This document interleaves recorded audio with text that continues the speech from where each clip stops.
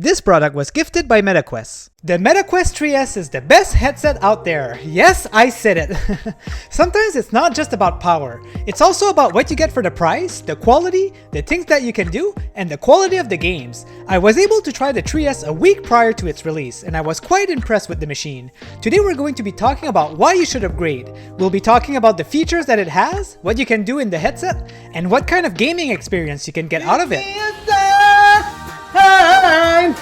Hit me, baby, but let's start from the beginning. So this new product from Meta came out on October 15 and there are two versions available. We have the 128GB one for $299.99 USD and the 256GB one for $399.99 USD. Buying the headset right now will also make you snag 3 months of MetaQuest Plus subscription service, which contains a library of assorted game and the new Batman Arkham Shadow coming out on October 22nd. Make sure to subscribe to my channel as I'll be reviewing that one when it comes out. I want to start talking about what's the same because honestly, what you get for the price is pretty amazing in my opinion. You get the exact same processor in the machine, the Snapdragon XR2 Gen 2 and 8GB of RAM. This means that you'll be able to play all of the games at the exact same quality as the Quest 3. You'll be able to play exclusive games such as Batman Arkham Shadow. You'll have updated graphics for some games, and you're pretty much future-proof for all games up until the next machine comes out. To me, this is the exact reason why this version is so worth it for the price. I feel like all other sacrifices made doesn't matter because you do get a really great gaming experience. You'll also notice that you get the exact same OS. There are some new features that has been added recently that allows to open up to 6 windows in the headset, and you can now resize and move them freely. This is great for productivity if you want to listen to music while chatting on Discord and doing other things. There's also a brand new feature that allows you to pop a window that stays where you put it while you play a game. The OS has gotten a long way this year, and it's still improving pretty quickly, so keep a lookout. In terms of pass-through and mixed reality, well, this is the headset that you need if you don't have one, or if you have the Quest 2. Because once again, you get the same type of color quality as the Quest 3 where you can see around pretty well, and you can even somewhat see on your phone and computer screen to a certain extent. It's not perfect, but you can somewhat figure out what you're seeing. I don't know if I'm crazy, but the battery life actually feels like it's better than the Quest 3. Now I could totally be wrong, I actually have a crazy amount of hours on the Quest 3, so it's possible that the battery is not as good as when I had it. But I've played about an hour on virtual desktop with the 3S, and I wasn't even at 50% when I stopped playing. And believe me, this is actually pretty good.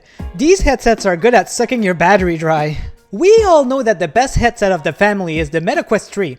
The 3S is considered the light version, and there are a few features missing from it. First and foremost, the biggest difference that you'll notice are the lenses. The Quest 3 are using the amazing pancake lenses with a crazy sweet spot for your eyes. What I mean by that is that it's easier to not see any blurriness while adjusting the headset to your face. The new 3S has a Fresnel lens. These are the same one that the Quest 2 had, and the sweet spot to not see any blurriness is a little bit more difficult to adjust. Personally, that didn't change much to me. As soon as it's adjusted properly, the image projected to me was as clear as the other better lenses. If you plan on playing on PC VR, you might notice that the resolution won't be as good. The 3S is using the same resolution as the Quest 2, but keep in mind that if you play standalone, there actually won't be a lot of differences because the resolution is usually not pushed to the max on these games. Now let's jump into the hardware. When you want to adjust your IPD, which is the distance between your eyes, you only have 3 options on the 3S. The original 3 actually has a wheel that you can use to adjust it. It's not that much of an issue though. You can snap the IPD in 3 places, but you could always slightly move it to put it in between if needed. Although the IPD on the 3 is wider, so if your eyes do have a high distance, it could be better to go for that one. Two interesting things that I've noticed that's different on the 3S, but doesn't really impact me, is that if you want to go and pass through quickly, they've added a button on the headset that you have to press. With the 3, you needed to tap the headset twice in order to change the pass-through. I've tried this with the 3S and it doesn't work. Also, on the 3, you have a sensor in the middle of your eyes that makes the headset detect if you have the headset on or not. When you remove it, the headset will go in sleep mode. This sensor is not on the 3S. I've noticed that when I remove the headset, it doesn't go in sleep mode right away unless I press the power button. One last unfortunate missing feature is the headphone jack. Yup, they removed it. So the only way to use it now is by having a converter with the USB-C, but that's really inconvenient since you can't charge your headset at the same time anymore. Okay, so the cool thing is that there's actually accessories that you can get right away with this new machine, and I'd like to talk about them a little since they're all pretty convenient for essentially a better experience. I've used them all and I would recommend them if you find that they would be convenient for you. The first one that I'd like to talk about is the new breathable facial interface. It's pretty cool since it lets light inside the headset if you don't want it to be completely dark in there. It can help keep the eyes less tired. What I like about them is the silicone material used, because it's the type of material that doesn't absorb your sweat, so it's great to play workout or heavy movement games. Something interesting on there that I haven't seen on other interfaces before is the way the top of it adjusts depending on the pressure that you put on. It makes it pretty comfortable, but just know that because you have less pressure on the top, you do have more pressures on your cheeks. Next up is the remote charging station. You usually have to replace your batteries every certain amount of time, but with this, you get custom batteries for your controllers that you have to put in, and then you're good to go. Plug the charging station in the USB-C, and then you just lay your controllers on there. There's a small sound that lets you know if the controllers are well placed, and then there's a small light that indicates if the controllers are charging and when it's completed, depending on the color. The last accessory that I want to talk about is the carrying case. Another convenient one, especially if you're traveling or if you want to bring it to a friend or family. Very quick and easy to place. Just put your controllers and headset, zip it up, and you're good to go. You also have a small pouch on the top if you want to bring extra batteries or your charging cable, for example. Okay guys, just one last thing that I want to mention.